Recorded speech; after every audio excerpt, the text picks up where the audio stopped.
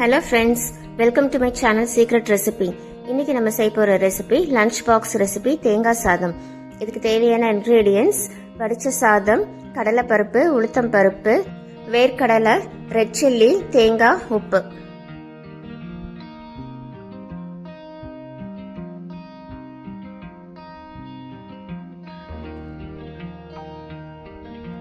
இந்த தேங்காய் சாதம் செய்யறதுக்கு ரொம்ப சுலபம். 5 நிமிஷத்துல நம்ம வடிச்ச சாதம் இருந்தா நம்ம டக்குன்னு இதை செஞ்சிடலாம்.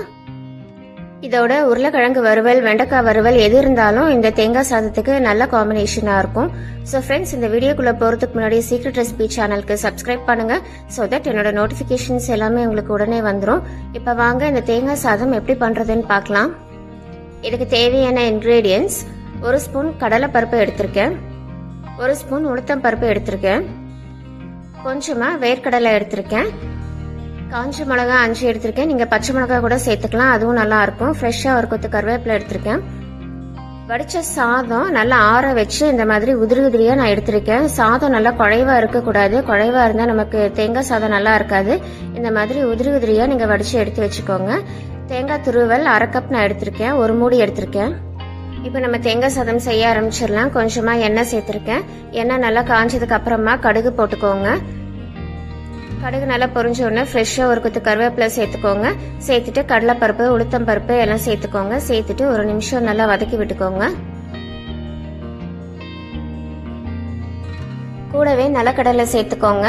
சேர்த்துட்டு அதுவும் இது கூடவே வறுத்துக்கோங்க. காரத்துக்கு நான் 5 வரமிளகாய் சேர்த்துருக்கேன். நீங்கள் பச்சை மிளகாய் சேர்த்துக்கோங்க. பச்சை மிளகாய் சேர்த்தும் போது அதுவும் டேஸ்ட் ரொம்ப நல்லா இருக்கும். இது 1 நிமிஷம் நல்லா வதக்கி விட்டுக்கலாம். இது கொஞ்சமா வதங்கினதுக்கு அப்புறமா நம்ம இது கூட தேங்காய் சேர்த்துக்கலாம்.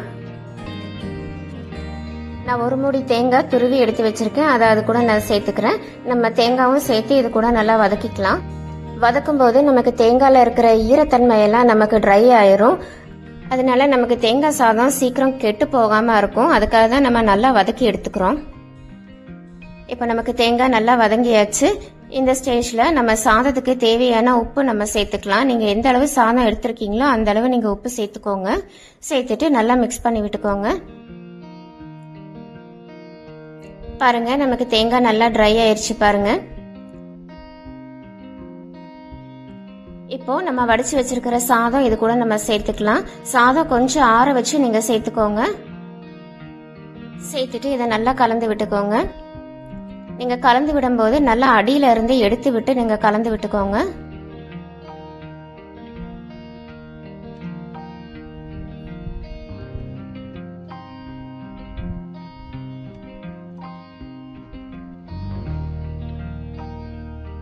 இப்ப பாருங்க, நமக்கு தேங்காய் சாதம் அருமையா ரெடி ஆயிருக்கு பாருங்க. நமக்கு வடிச்ச சாதம் நல்லா உதிரி உதிரியா இருந்தாதான் நமக்கு இந்த மாதிரி வரும். குழைவா இருந்தா நமக்கு கிளறதுக்கும் ரொம்ப கஷ்டமா இருக்கும், அவ்வளவு நல்லாவும் வராது. இப்ப பாருங்க, நம்மளோட தேங்காய் சாதம் சூப்பரா ரெடி ஆயிருக்கு பாருங்க. இந்த தேங்காய் சாதத்தோட உருளைக்கிழங்கு வறுவல், வெண்டைக்காய் வறுவல் எதா இருந்தாலும் நமக்கு இந்த சாதத்துக்கு நல்ல காம்பினேஷனா இருக்கும். இதை செய்யறதுக்கும் ரொம்ப சுலபம். நம்ம மார்னிங் டிஃபன் பாக்ஸ் ப்ரிப்பேர் பண்ணும்போது நமக்கு வடிச்ச சாதம் இருந்தால் நம்ம ஒரு 5 நிமிஷத்துல இதை நம்ம செஞ்சு முடிச்சிடலாம்.